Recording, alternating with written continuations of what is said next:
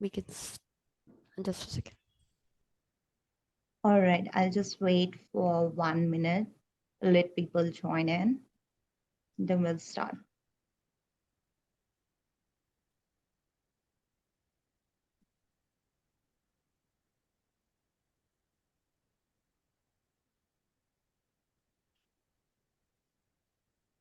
We can start. All right, good afternoon, everyone. Welcome to today's webinar on insiders tips on how to fortify your cybersecurity systems. I'm Vishanoka, your host slash moderator from vTech Solution.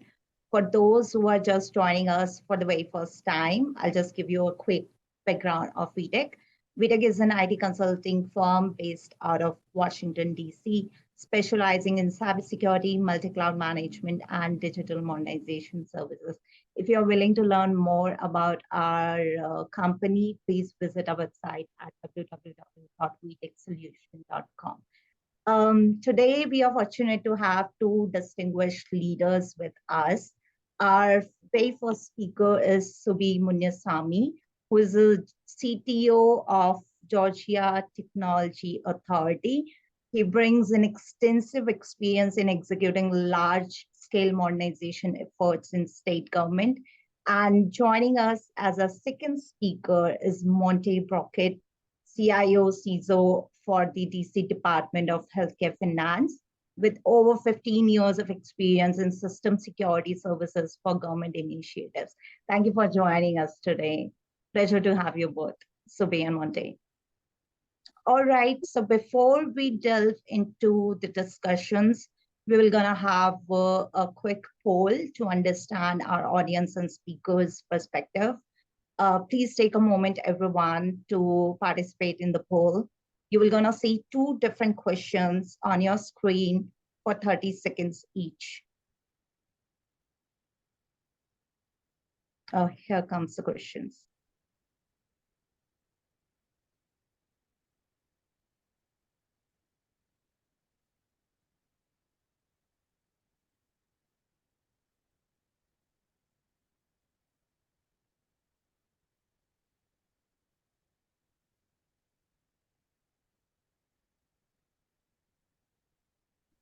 I'll just wait for 30 seconds more.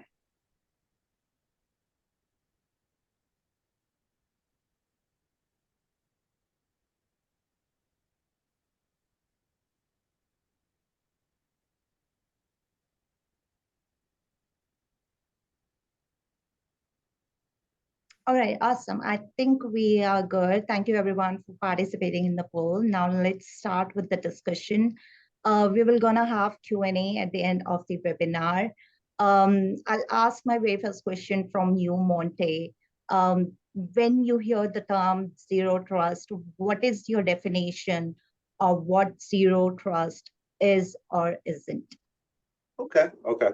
Thank you for that question. Great question to start off with. So zero trust is a model assume that no implicit trust for any entity, whether it's inside or outside a network perimeter. It's based on principles of never trusting, right? And always verifying. And, when you think about it in an organization, you want to think about what it is, and what it is a mindset, and what it isn't. It's nothing that is a one-time all-fit-all thing. It's a journey, and each organizations need to think about that journey as they continue on implementing those different capabilities. That's right. Subi, would you like to add your thoughts on this term? Yeah, great. Thank you, Vishnu. And I completely agree with Monte. This zero trust is nothing new. Zero trust has been always there very long time with the different type of organizations. If I really see one of the Client Eastwood movie, like he passed through like various layers. Finally, he has to show his like a half-tiered dollar bill to match it with the other person to view the data. So this has been there, but now, like there are some sort of organizations who only use the zero trust before, don't trust anybody, validate everybody. So that is a kind of concept. Right now, it becomes a common lifestyle. The security is not anymore a special thing. It is kind of built in with every everybody's lifestyle, like not a single person, organization, country, it doesn't matter. So it needs to get built in. So that is the mode we are right now. Unfortunately, we are living in that kind of world. So everybody has to be very cautious about what is going on. So that is my definition of zero trust. Thank you. Thank you, Shubhi. Monte, continuation to the same question as we look from past, present, and future, what emerging technologies pose the greatest security risk for agencies, such as private and public both, and how can these risks be mitigated? That's a great question. I wouldn't want to say that, with emerging technology, I think, the existing technology still poses risk, right? When we talk about, a lot of the vulnerabilities that exist around our different environments, and we continue on seeing the evolution of AI as it's becoming more as a supportive tool to be able to circumvent different security controls around environments. I think that's one of the biggest risks. I think IoT is another thing where we have all of these devices that, we don't really understand from a organizational environment standpoint, connecting it to the internet and not understanding that security hardening process and that identification of those devices. It provides a risk for an organization as they are trying to protect those resources on the back end. Additionally, when we look at cloud services, we all are trying to shift that risk to cloud providers to mitigate a lot of the dependencies that we have on different hardware and software that we live on-prem. I think, being able to address those misconfigurations in those environments would allow us to close the gap and be able to identify the risk before they actually are exploited in our environment. That's true, yes. All right, so in continuation to that, what are the critical success factors for implementing or sustaining a zero trust security culture in agencies? I think that's a great question. I think, you have to first start out with leadership, buy-in, support, right? Implementing the zero trust requires a top-down commitment from the agency leaders. That's the first thing, right? They must understand the benefits and the challenges that zero trust actually puts on that environment, right? And that has to be aligned with the resources that organization has on site to be able to be prepared to be able to implement zero trust. Then we think about having a comprehensive planning and a roadmap. These are critical areas that you actually can measure your success in your organization as it pertains to meeting that zero trust executive order that's been passed down through President Biden. One of the biggest tenets of zero trust from a technical standpoint is identity and access management. Understanding and having that data-centric approach for implementation of zero trust is critical. Isolation from a network layer. You understand these capabilities, these pillars that, Forrester, Gartner, NIST through 800-207 has prescribed. I think you will be able to move closer to being able to achieve the goal and have that success that you are looking for within your organization ecosystem.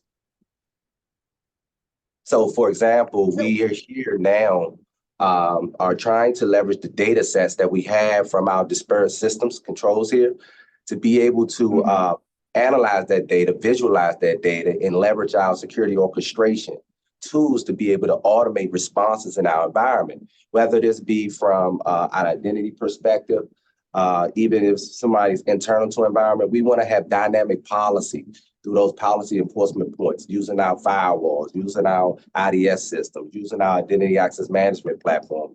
These are the things or pillars that you need to be able to identify to be able to implement that zero trust roadmap. And this is a continuous thing. This is a journey. This is a year-to-year kind of improvement. So I think that organizations need to take that when trying to deploy this type of strategy within the organization. Yeah, I was about to ask on the frequency side.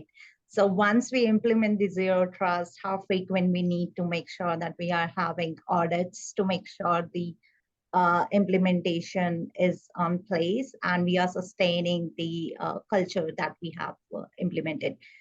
So you said yearly, right? You definitely have to Okay, ensure and that you have that continual diagnostic and monitoring. So your capabilities, you're using your native tools already. So you have your security information, security information event management solution, the SIM solution. So you already have those correlation rules in there, right? It's just a matter of best practices and then continuing to process that. So I would say, from my understanding, is being able to improve that year in and year out. And that's auditing based off of different KPIs, see how you're improving in different areas as far as, hey, how many people are accessing my network resources from outside of a different country? You want to look at that network traffic to make that determination and factor as to how you are doing in the space of zero trust in that journey. Makes sense, yes. Or following up with the discussion of culture, Subi, what role do you see employees play in cultivating cyber resilience and adopting this zero trust mindset within the organization? In order to implement this zero trust, the employees' cooperation is the key. Every employee in the organization has to be a part of this zero trust mindset. Every employee. Even one employee did one mistake. With my previous experience, I can tell you, there's one employee just plugged in some the personal laptop into the network. That's it. Everything is gone. Does not matter how much the governance and the security firewalls, everything you put in the security does not matter. The employee training and their cooperation and participation in this zero trust mindset is very, very, very crucial for the organization. So right now, the employees, there are varieties of employees. Day to day, we are facing some kind of different type of issues with the employees. Somebody did not take their security training. Somebody do not know what is going on. Anything free, they install. Anything free, anybody install, it means we are under trouble. I can tell you that much. Because nothing in the world is free. If they are giving you free, they are collecting some information from you. Very simple. Yeah. So as long as you are having this type of mindset, just be very cautious. Somebody going to give you free, you have to ask a question. Why it is free? What are you getting out of it? If you have that kind of mindset, feed into each one of the employees, then it becomes easy for the zero trust mindset setup. Second, yeah, go ahead. You have some comment, Monte? No, I agree. Everything that you're saying right there. Yes, that is what we are facing every day. The next is enforcement. Right now, what is happening there is, if any one incident occur in any of the organization, everybody is going to jump onto that and find out what is the root cause, what needs to be done, Lot of actions and activities happen only during that time. After that, it is slowly subsidized and then we are forgetting it. We cannot forget. This zero trust has to be a part of our lifestyle. In the morning, you are waking up, you are taking bath, wearing your dress and coming to office. It has to be like this. Okay, the zero trust. We have to question anything coming for free. All those things has to be like a built-in. That is the only way we can do it. From the leadership perspective, we are just really realizing this, exactly how to keep the employees cooperate with this kind of activity. So we are having some very regular meetings, and from the leadership, we are continue to tell them, guys, you have to take care of the few things from top to bottom as well as from bottom to top. If bottommost person is saying something, please do not ignore. We are very, very resilient in listening to them and see in case there is any simple action coming out of that may impact. So we are very clear that is the only way we can have those type of person also participate in this process. So that is the kind of thing, in quality, there is a saying quality is everyone's responsibility. It's not only quality. anything you do in your organization is everyone's responsibility, especially with respect to the security. Without that, we cannot do anything. Sometimes this comes up with some consequences, but it is okay. We have to bear with that, have set some tolerance and move on. So that is a kind of enforcement needs to have in a regular basis, and we have to do exercise regularly, not because of we went to a doctor said you have high cholesterol. If we do that, it's not going to sustain the model. So that is a type of mindset we need to change. It is a lot of work. We have to continue to work. That is my Yeah, so a lot of times I see that there are proper training modules are out there from the IT on implementing or just making sure that you're working in a secure environment. But there are employees who maybe comes from a non-IT background and they are working on maybe administrative role or somewhere else. They don't understand the importance of security unless and until they become victim in that whole situation, right? I see a lot of emails in which there will gonna be attachment, and when you click on those, there's like something phishing email is going on, and there's something that messed up with my laptop, and I have to go to the IT, and then they are educating us on not to open any unknown person's email or the attachment. So these, I think the initial training is a great idea, but we need to give them better real-time examples as well, that this is something that has happened, and maybe a refresher on quarterly basis. That is what I think. What do you think, Subi and Monte? No, I was absolutely. Go ahead.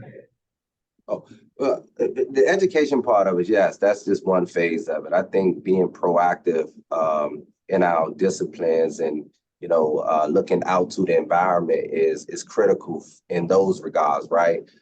We can't expect our end users to act, in a way that secure our environment if we haven't been able to provide them the awareness of what that environment looks like, right? I think we too much onus on an end user when we deploy all of these solutions. And I believe that we have to start implementing, being proactive in our security controls and thinking for them, right, in the environment. And, bring them along where they at, right? I think one of the things that I kind of excel in, in our organization is working with my user community, having an open line of communication. Allow them to be able to have that one-on-one conversation where though they can ask me things specifically to a subject, might be an email, right? We have to do it from a technical standpoint and start to tune our email filtering policies, right? Using the data that we currently have to be able to be proactive and automate some of the responses that we have. And I know that we look at AI as, hey, it has this big privacy issue, right? But AI also will support some of the actions that we need in real time to be able to mitigate some of the risks, because we're not going to stop the threat actors. These AI tools are leveraged by them. You might hear adversarial AI technology that are, building some of these malware programs and being able to understand the vulnerabilities in our environment and be able to develop exploits. And, these things come in our environment just through these open source vulnerabilities. Look at SolarWinds, look at Cisco, look at Palo Alto. Nobody is immune to threats in this world, period, right? And, being and having that false narrative that we have to continue on pushing this on our users and not be proactive, as I think is the wrong strategy going forward. Right. Yes, I agree on that. I have a next question for you, Monte, again. What are the practical steps agencies can take to transition from a trust-based security model towards zero trust architecture?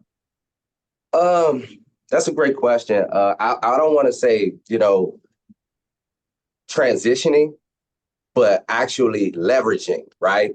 Because transitioning is saying that, hey, we have something that's not working, right? I think we do have it. I think we need to align what we are focused on based off the different pillars of zero trust. And whatever that may be Hmm. to your organization, you need to use that as a guiding framework to implement and actually identify the areas that are most risky to that organization's critical mission. One thing that we are doing here at in my agency is assessing our cybersecurity posture, right? Across all of our environments, even from a third party standpoint, just getting that data, right? And then establishing pseudo code, right? To be able to articulate what that policy needs to look like from a policy enforcement point. And this is not, okay, let's reinvent the wheel, but let's leverage this technology we currently have today, right? And, I think I'm not, and I don't want to assume, but most organizations are in that next gen, that modernization of security technology and appliances within the environments. And we look at ZTNA, Zscaler, right? These things are truly mature now, right? And, we have to leverage these technologies. We have to leverage the partnerships to be able to achieve or get to that journey of zero trust. So is it transitioning? I don't say, I think it's leveraging, right? And I think that's the strategy and that's the concept that we should term. Subi? Very well said, Monte. Um, you already mentioned a lot about AI, how it is making an impact in the outer world. So talking about AI, how can or should agencies effectively integrate AI-driven technologies into their cybersecurity defense strategies? If you could elaborate more on that side, maybe. Yeah, And then sure. Monty, please feel free to jump in. Okay, no problem. Absolutely. All right. This AI is the topic of the nation or world in today's. There's a big hype going on. This AI, it has been started like almost 50 years back. You all know why AI became a big topic of the town or nation today because of the storage. Now storage is very cheap, and we will be able to put a lot of information in one place and do whatever the analysis we want.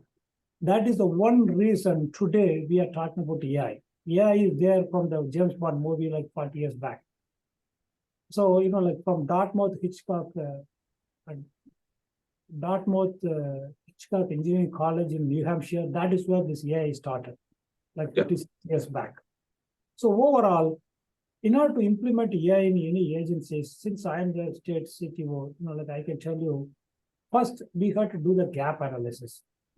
I'm not going to jump into implement AI just because of everybody want to do AI. So I'm just trying to find out really where is the gap? Is there any gap where we can really use this AI? I'll tell you a quick story. So far, we focus on so much of implementation of the automation, right? AI is kind of enhanced automation. That is how I'm seeing this AI. There are two people. One person's job is to dig the hole 2 feet by 2 feet, dig a hole in the ground, and then every 10 feet, you have to do that and continue. He's doing his job per his requirement and continue to do it, get it paid at the end of the day and go home. The second person's job is to close the hole with that mud. And he is also doing his job. He is also getting paid every day. These are kind of automation. Let us think like that. Now there is one guy from top. He's keep on watching these two guys, what they are trying to accomplish. Then he could not able to resist. He came down and stopped. Hey guys, I want to talk to you. All right, let's talk. What do you want? What you guys are trying to achieve? One is digging the hole, another one is filling the hole with the mud. Same thing going on.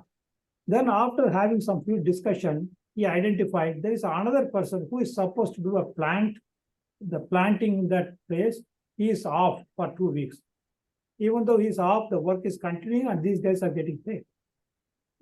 That kind of thing, that gap there is somebody to really realize there is a dependency which is missing in this piece, but both people are doing the work.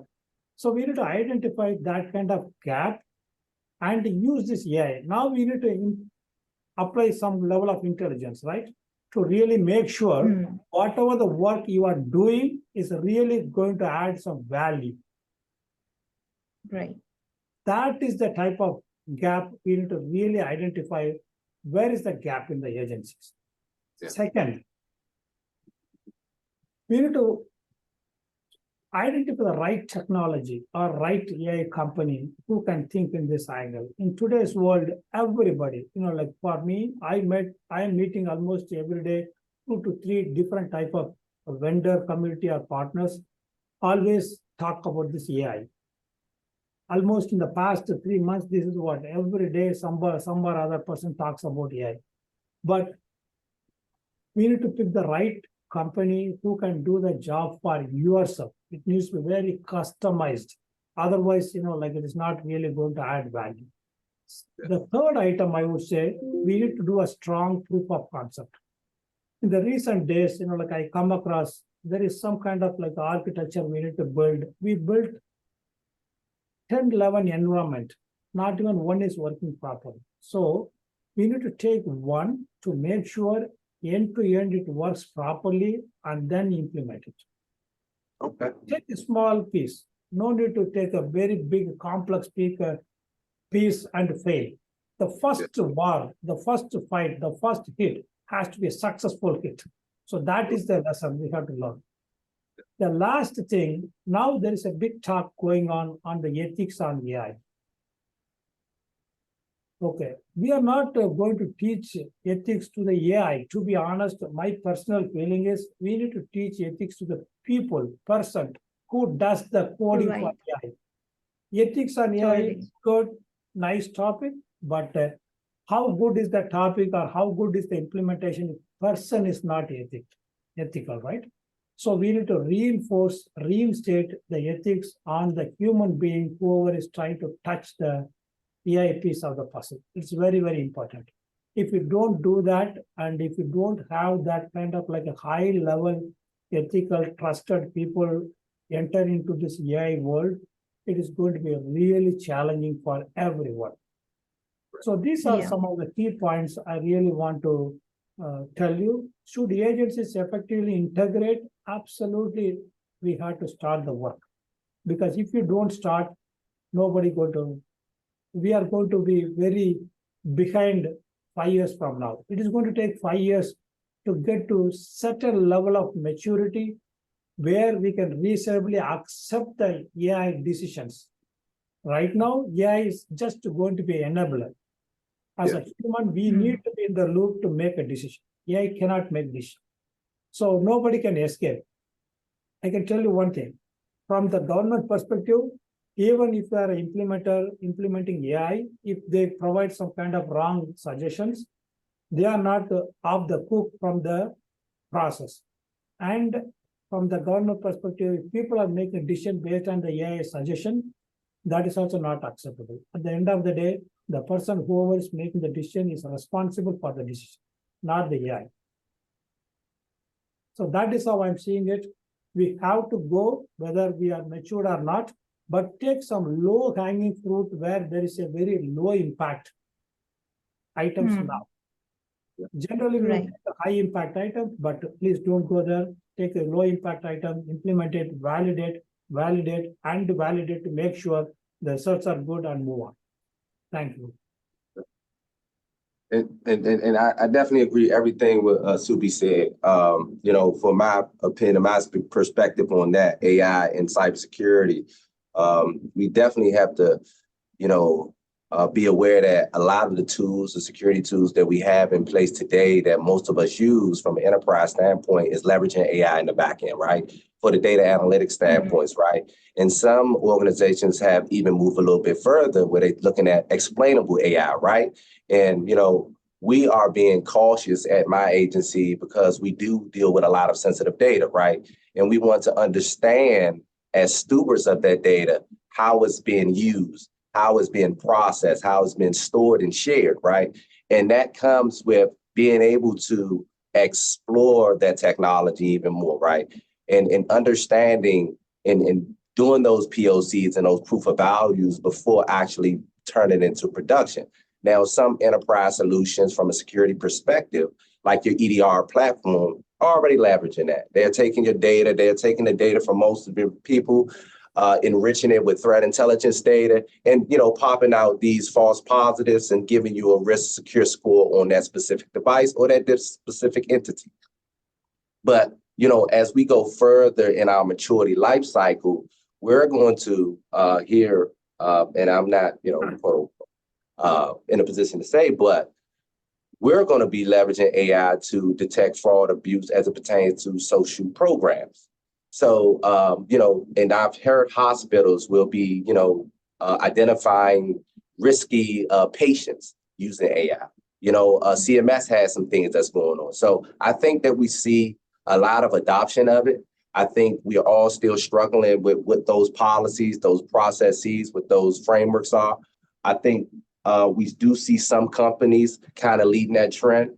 Normally, government is some of that kind of first people that moves the market, but industry did a great job in stewarding that, being a driver of it, and they have been developing like Anthropic, AWS AI platform.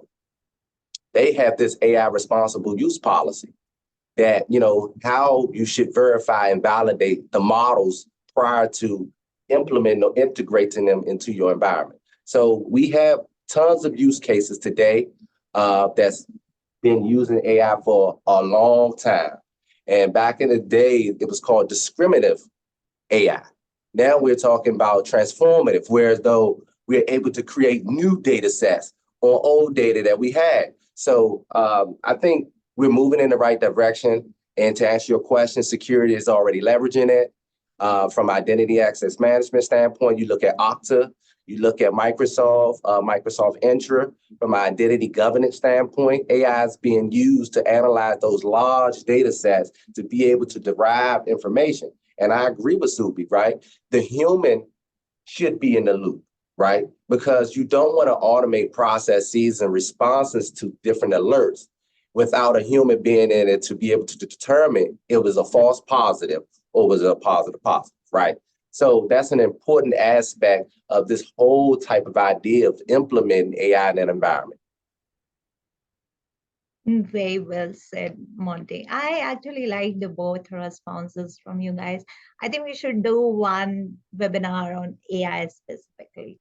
All right, moving on to the another question that I have for you, Subi.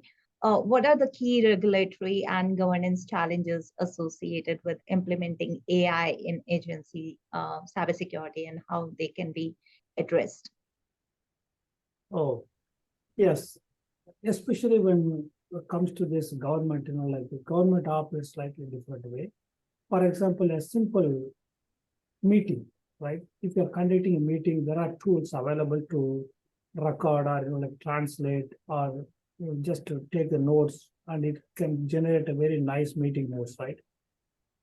If I enable that piece, what happens is all my meetings have been recorded, and once it is recorded in any shape or form, we are liable to provide this information outside as part of the FOIA request. FOIA means like the Freedom of Information Act, right? If in case, what is the discussion happened with that particular vendor on 11 to 12 a.m. this time, because we have it recorded with the AI intelligence, whatever we put, now we are liable to give that out. This kind of like, this I'm talking about a very practical, my day-to-day challenge. Because of that, I'm unable to use that AI. Otherwise, like my job becomes easier, but I have to face this type of consequences of like giving a lot of things. Is it something we can give out everything? Probably yes, and may not be. Depends on what you are discussing and what needs to be discussed, right? So that is a kind of one of the key challenge we have. The second one is the AI I thought about using for RFP development. If you're really seeing from the government perspective, the longest pole in the tent is the RFP process. From soup to nuts, anywhere it takes between like 18 to 36 months. 18 to 36 months. So this is a very common thing. Why don't we use AI to really rectify this? So that is a kind of discussion I had for like a couple of hours. But there are some kind of challenges, as you said, as we discussed before.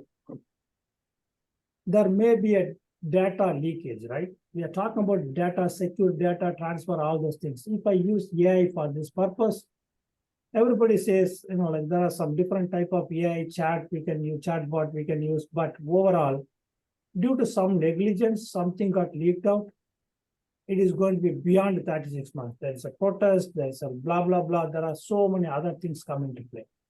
So this kind of challenge, are we there yet? Probably not, but we have to go there. The next thing is we can use AI for some of the evaluation. We can use AI for the project management. Today's world, a lot of government projects either got delayed or failed. Yeah. Lot. I can just name a lot, actually. Only some few percentage is very successful. What is the reason for that? Can we use AI to really alert and do some kind of analysis of a given project in a daily basis so that we don't spend a lot of money for which we are not going to see the end result?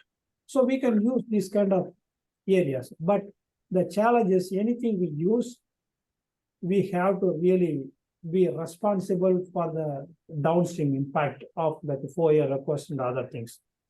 Yeah. The regulatory compliance, like the policies, like that place, we can use AI for some of the, I would say, like the attorneys, right? Attorney has to write down like a lot of policy documents. AI can be very much helpful. That kind of like a low-hanging fruit we are trying to implement right now. That is our first step. But this kind of challenges, whatever I mentioned, it will take maybe 1 or 2 more years to get there. But we already started going in that direction. We cannot wait, right? Because like we have to go with that. Without us, AI is going. We have to. It is better to go along with that. So that is my take. These are the key challenges I can share right now. Very well said. Yes. What are the key regulatory governance challenges, right? I really, I don't think the regulatory challenges have changed per se. We're still required to protect customer data, and we are stewards of that data.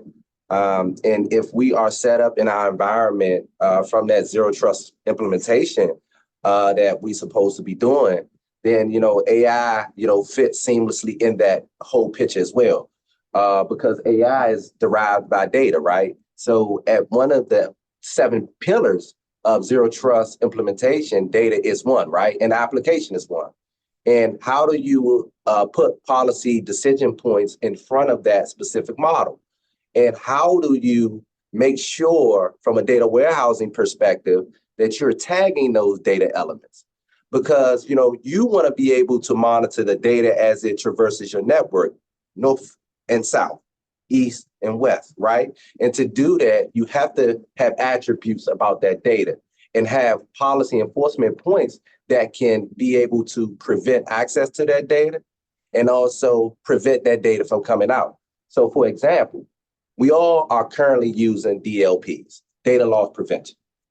If we are tagging our data and we are using as best practices, then we are one step closer into the AI journey and the zero trust journey to be able to align both strategies and be able to adopt this technology in a secure way.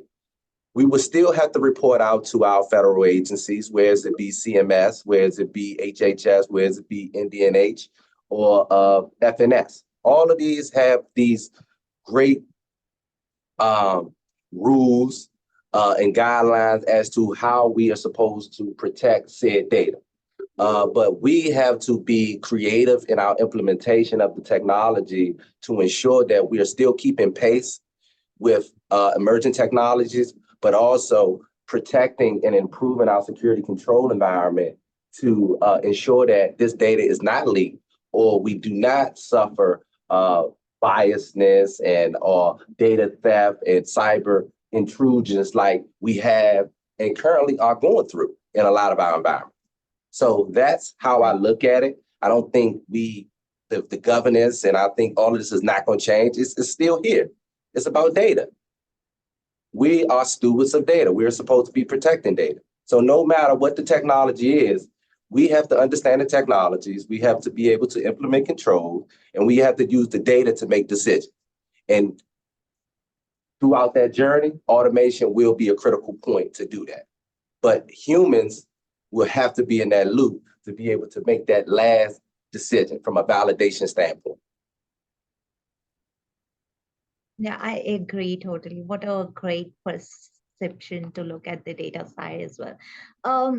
We only have 5 minutes left now. It's time to open for the floor to our audience for questions. Feel free to submit our questions in the chat, and we will address as many as we can. So let's see if we get any. I'll get the chat as well.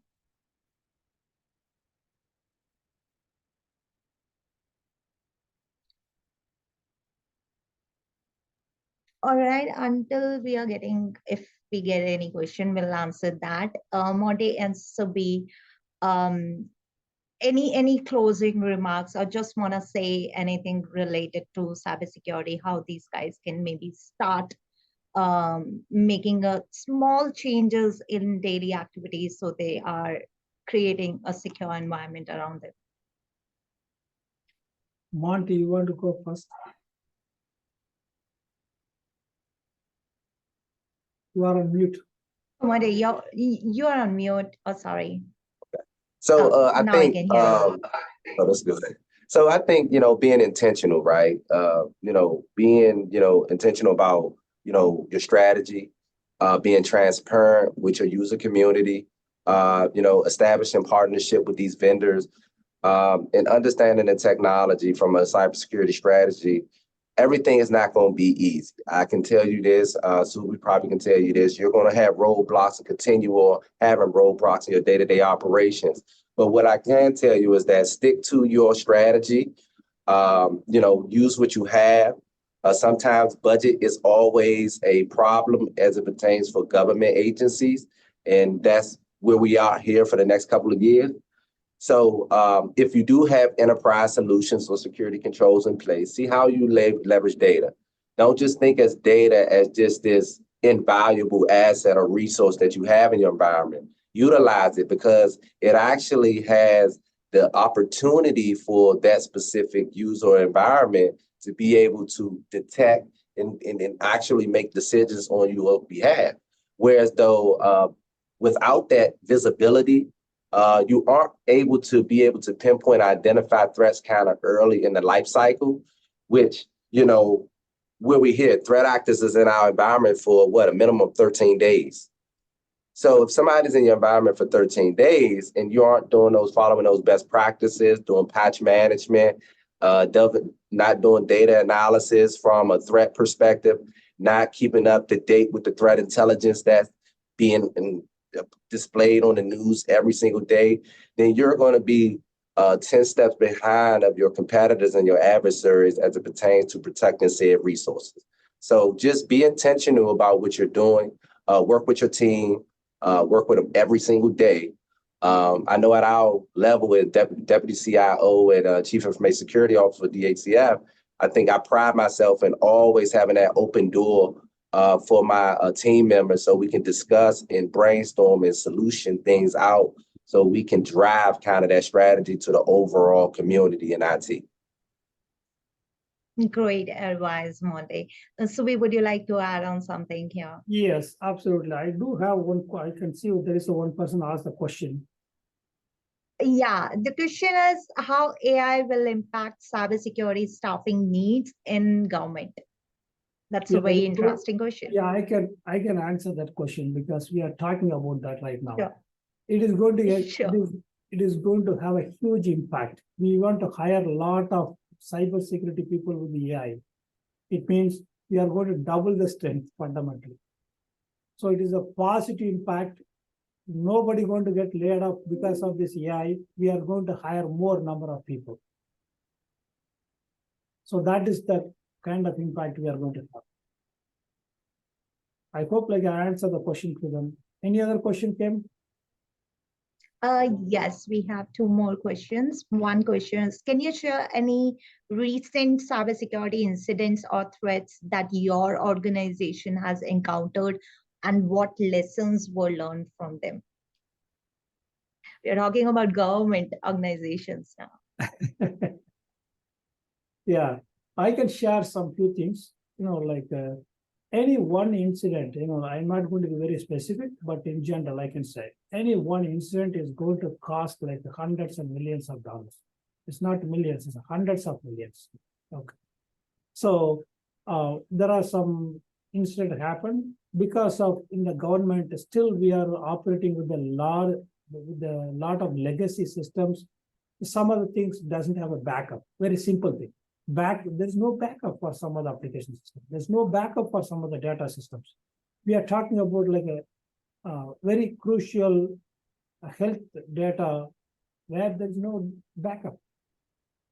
So due to some reason, one incident occurred, what happens? We lost the data completely. We lost that application. We are unable to bring back the servers.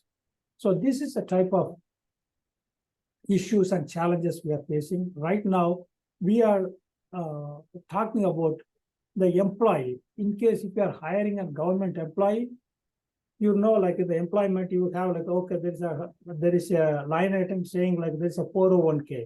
Another line item saying like there is a medical insurance. Another line item saying long-term disability, right? Now there is a line item saying cybersecurity insurance.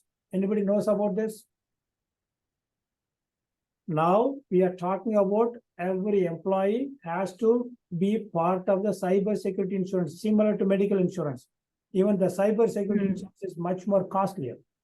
So that is the route we are going. It means everybody going to have a level of responsibility to address this cybersecurity, because cybersecurity is going to be like a very peak and critical piece of our lifestyle. It impacted to your paycheck, a line item saying cybersecurity insurance. That is the impact it is going to have. All right. I think I answered that particular question. What is the next question? Last one. We have last question is, in light of emerging technologies and evolving threats, what steps are you taking to continuously enhance and fortify your system, cybersecurity systems and protocols?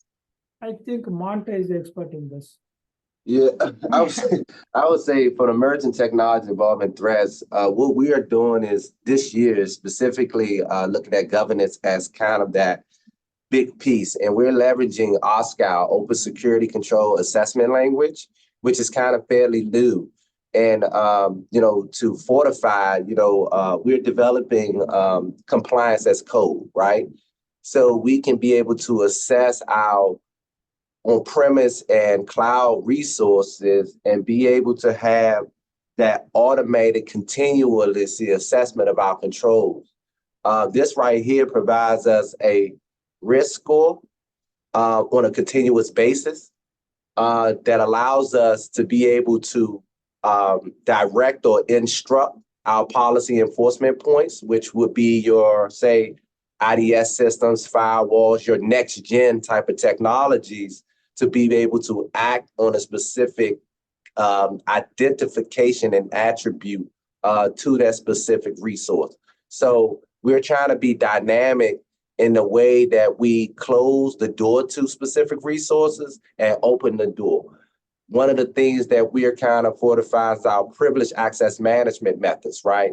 We're looking at that and how we leverage that to give that just-in-time access to resources. So that is the things that you enrich what you have, because what we have are those modernized technologies, like a lot of the areas here, from EDR to XDR to our next-gen firewalls to automation to data analytics and visualization. All of those things are in this one pot and our ingredients to this overall kind of zero trust aspect, whereas though it will actually enhance our cybersecurity systems and protocols by leveraging all of these different pillars. So I hope that answers your question. Okay, I can close it out. All with right. my closing comment, very quick. Is that okay, Vishnu? Yeah, sure. Yeah, very quick. Yes, like this cybersecurity or the zero trust, to my knowledge, what my experience is, has to be like our breakfast. Every day you are eating breakfast, you have to exercise this. So that is the take, like a 7 days exercise and everyday breakfast. That is how only by having that kind of enforcement and reputation, we can get to the zero trust standard. Thank you. I think he had the last question.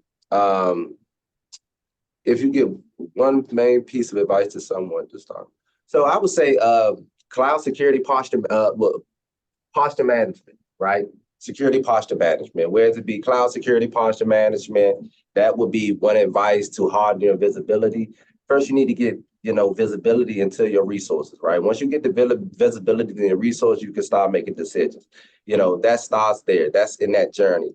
From a actual specific technology, EDRs. Make sure that you have an EDR in place. Move the actual security closest to the asset so it can make decisions in real time, right? And you can be able to instruct that security control to shut down that resource at any time. I think that's the most important thing. The day and age of being able to just have perimeter firewalls are over. With remote access and all of these IoT devices, you have to be able to be dynamic in your approach and your response to security-related incidents and events, and you have to have that information available to you in real time. So invest into a security information event management solution, a SIEM. Hopefully it's a modern SIEM, and use those correlation rules to be able to fortify your environment from an alerting standpoint.